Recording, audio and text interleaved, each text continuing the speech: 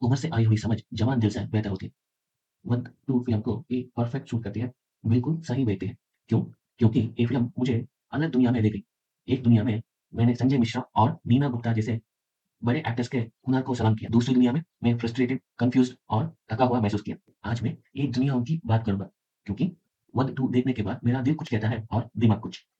मेरी पहली फ़ीलिंग थी, वाह! ये तो सच में सिनेमा है, रियल एक्टिंग, रियल इमोशन। लेकिन फिर मेरी दूसरी फ़ीलिंग आई, पर ये इतना एग्ज़ॉस्टिंग क्यों है? और यही कॉन्फ्लिक्ट, यही कन्फ्यूज़न आज की बात का सेंटर है।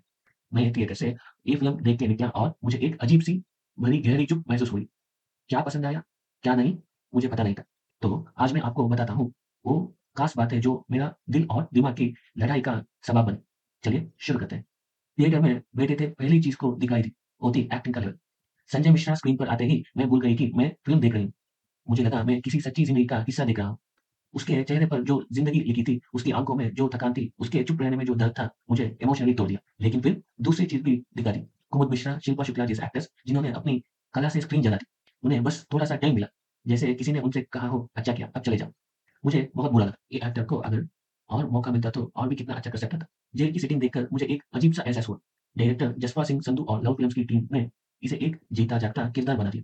ये एक लंबी, खाली गैलरी का सीन है, कैमरा वहाँ थम जाता है और मुझे धीरे-धीरे उसकी घुटन अपने आप महसूस होने लगता है। मुझे लगा मैं भी उसी जेल के अंदर हूँ। ये क्राफ्टमैनशिप थी, रियल क्राफ्टमैनशिप। लेकिन फिर पूरी फ़िल्म एक ग्रे ब्लैंकेट में लपेटी हुई लगा। हर सीन, हर फ्रेम। टेक्निकली सही था, प्रेज़ेंट, डार्क और ग्लूमी दिखना चाहिए, लेकिन इमोशनली मुझे एग्ज़ॉस्टेड कर दिया। 130 मिनट्स बस grey, grey, grey. Neena Gupta का परफॉर्मेंस देखकर मुझे बहुत रिस्पेक्ट महसूस हुआ। पहले हाफ में उनकी स्ट्रेंथ चिल्लाने में नहीं थी, वो चुप रहने में थी। एक सीन है जब वो बस संजय मिश्रा की तरफ देखती है और उसी एक नज़र में पूरा दर्द और समझ दिखाई देती है। लेकिन फिर सेकंड हाफ आया और नीना गुप्ता गायब। मैं थिएटर में बैठकर सोचता रहा, ये लीड एक्ट्रेस थी ना, कहाँ चली गई? 28 साल जेल में रहने वाली एक औरत जिसकी पहले हाफ में इतनी इंटेलिजेंस दिखाई देती है, सेकंड हाफ में साइलेंट कर दिया। सीनियर वुमेन एक्टर्स को बॉलीवुड में रेयर चांस मिलती है लीड रोल में और जब मिलती है तो ऐसा होता है। ये वो पॉइंट है जिसने मुझे सबसे ज़्यादा कन्फ्यूज़ किया। फ़िल्म खत्म हुई, लेकिन मेरा मन पूछ रहा था, जो कुछ हुआ वो गलत था या फिर कुछ हद तक सही भी था? संजय मिश्रा का कैरेक्टर जो करता है, सिस्टम इतना करप्ट है, इतना ब्रोकन है कि उसे ये करने पर मजबूर किया जाता है। फ़िल्म मुझे समझाते हुए दिखाती है, वही उसने ये किया। सिस्टम ने ही उसे ये करने पर मजबूर किया। लेकिन क्या ये जस्टिफाइड था? मर्डर जस्टिफाइड होता है? नहीं ना। फ़िल्म ने मुझे जवाब नहीं दिया, सिर्फ़ सवाल किया और ये सवाल आज भी मेरे दिमाग में घूम रहा है। ओपनिंग सीन देख के 30 मिनट्स में मुझे मिस्ट्री क्लियर हो गई था। पता चल गया ये एंडिंग क्या होगा और फिर 90 मिनट्स और मैं वेट कर रहा था सेम मिस्ट्री के लिए जो मुझे पहले ही पता चल गया। मैं शिफ्ट कर रहा था सीट पर। मुझे रेस्टलेसनेस होने लगा। क्लाइमैक्स आया, जो ट्विस्ट एक्सपेक्ट किया था वो नहीं आया। क्यों? क्योंकि मैं पहले ही गेस कर लिया था। डायरेक्टर जसपाल सिंह संधू ने धीमी आग सुन गई थी, लेकिन उसका ब्लास्ट इतना एक्सपेक्टेड था कि इम्पैक्ट कम हो गया। फ़िल्म का नाम था वध टू, तो मुझे एक्सपेक्ट था कि कंटिन्यूएशन होगी, कनेक्शन होगी। लेकिन पहले सीन से ही मुझे क्वेश्चन आया, ये क्या है?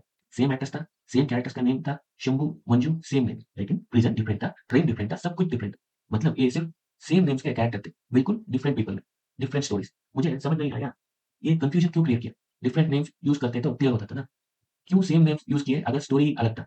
आखिर में एक बड़ा क्वेश्चन, क्या ये फ़िल्म आर्ट है या एंटरटेनमेंट? एक तरफ संजय और नीना के परफॉर्मेंस बहुत सिंसियर था, स्टोरी सीरियस टॉपिक्स पर लिखी थी, डायरेक्शन थाटफुल था, ये सब सिनेमा था, रियल सिनेमा। दूसरी तरफ मुझे ये फ़िल्म एंटरटेन नहीं किया। मुझे थिएटर में बैठकर ऐसा लगा मैं किसी आर्ट गैलरी में हूँ जहाँ हर पेंटिंग टेक्निकली परफेक्ट है, लेकिन इमोशनली कोई कनेक्शन नहीं। आओ अब फाइनल वर्डिक्ट बोलता हूँ। संजय, नीना, फिनोमिनल, लेकिन सपोर्टिंग कास्ट को मौका नहीं मिला। जेल एज़ कैरेक्टर अच्छा, लेकिन colour palette trend. First half powerful, second half is missing. Question उठाया लेकिन क्लैरिटी नहीं दी। 30 minutes mystery, 90 minutes waiting time. Interesting concept लेकिन कंफ्यूजिंग नेम्स। सिंसियर सिनेमा लेकिन नॉट एंटरटेनिंग।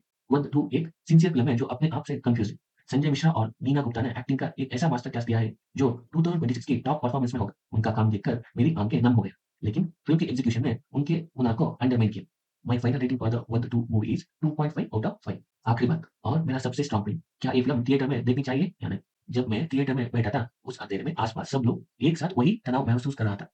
संजय मिश्रा का क्लोज़अप जब आता है, पूरे हॉल में खामोशी छा जाती थी। वो फीलिंग स्पेशल थी। लव फ़िल्म्स की बनावट, साउंड डिज़ाइन, ये सब थिएटर के लिए ही बना है।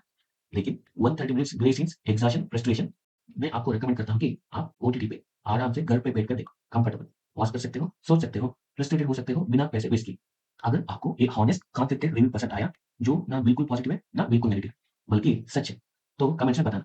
और अगर आप ऐसी मिक्स्ड फीलिंग्स वाली फ़िल्मों पर हॉनेस्ट बात सुनना चाहते हैं, तो चैनल को सब्सक्राइब करना, ये वीडियो को लाइक करना और आपके फ्रेंड्स के साथ शेयर करना। शुक्रिया और याद रहे, कभी-कभी फ़िल्म्स भी इंसान की तरह कन्फ्यूज़ होता है।